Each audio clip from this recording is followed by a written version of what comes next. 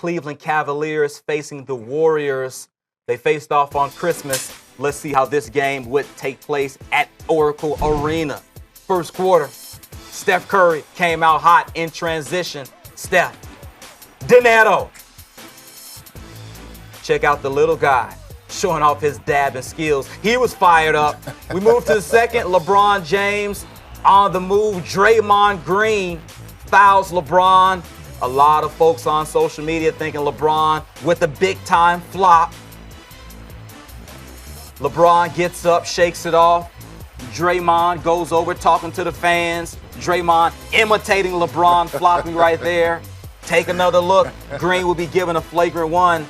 Antoine, you think the NBA a little bit too soft these days? Seconds left in the half. Draymond, big-time block on LeBron. Warriors go the other way. Curry. You know what's about to happen. Loose ball finds Curry again from the locker room, knocking it down. Ooh, take another look. And then what does Curry do to celebrate?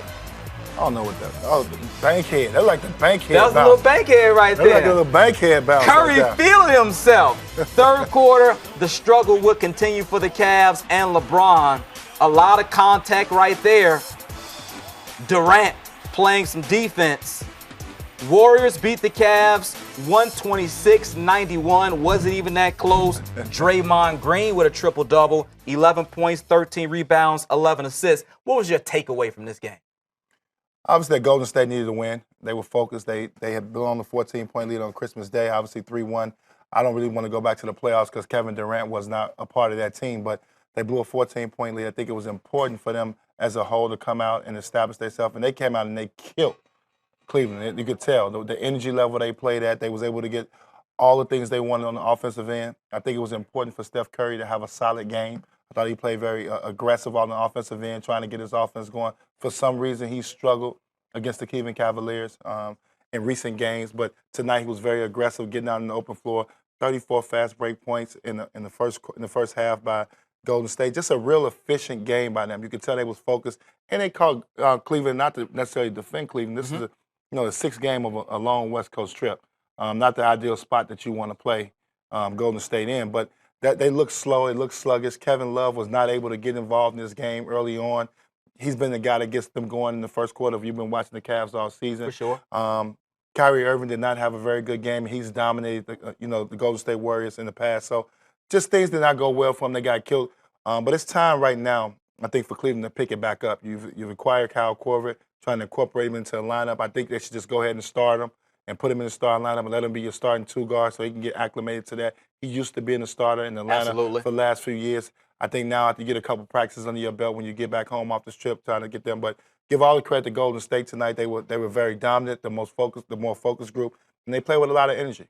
Certainly a win that Golden State can feel real confident about in terms of how they dominated this game. Steph, Clay, KD all scored over 20. 14th time this season, their big three have all been over 20 in the same game. Let's continue talking about this contest between the Cleveland Cavaliers and the Golden State Warriors. Draymond Green was asked after the game if he was trying to send a message to the Cavaliers tonight. Let's listen to what he had to say.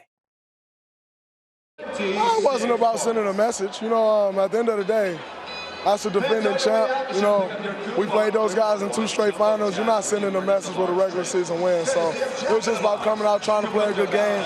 I think we put now together like 3 good games straight. It's more about that, getting better each and every time we step on the floor.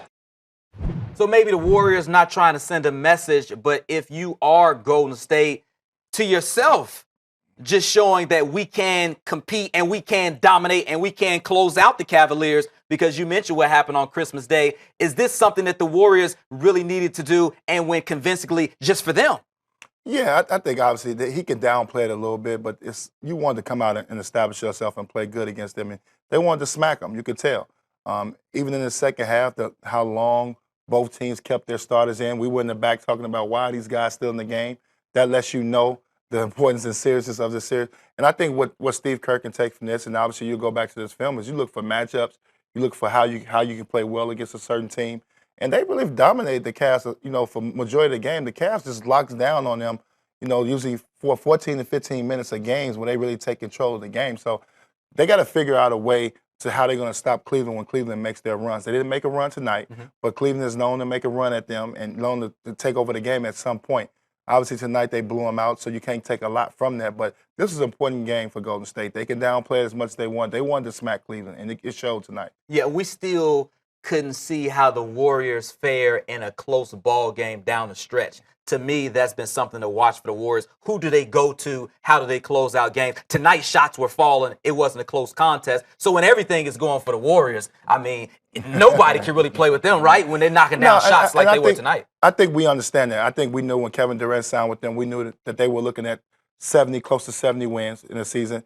Obviously, with their offensive firepower, it's going to be tough to beat them on a given night. So we knew they were going to look at 70 wins. The playoffs are going to be the judgment time for that. I think, obviously, for Steve Kerr, he's going to have to figure out who he wants to go through. We have saw a couple close games where, obviously, Durant kind of tripped over his foot in Cleveland where he went to Durant, but Durant had the hot hand at that moment. So it looks like from the few small sample sizes that we've had, the close games, that he's going to go to whoever has the hot hand. Andre Iguodala was big off the bench tonight. Perfect from the field, 5 of 5, 14 points, huge contribution there.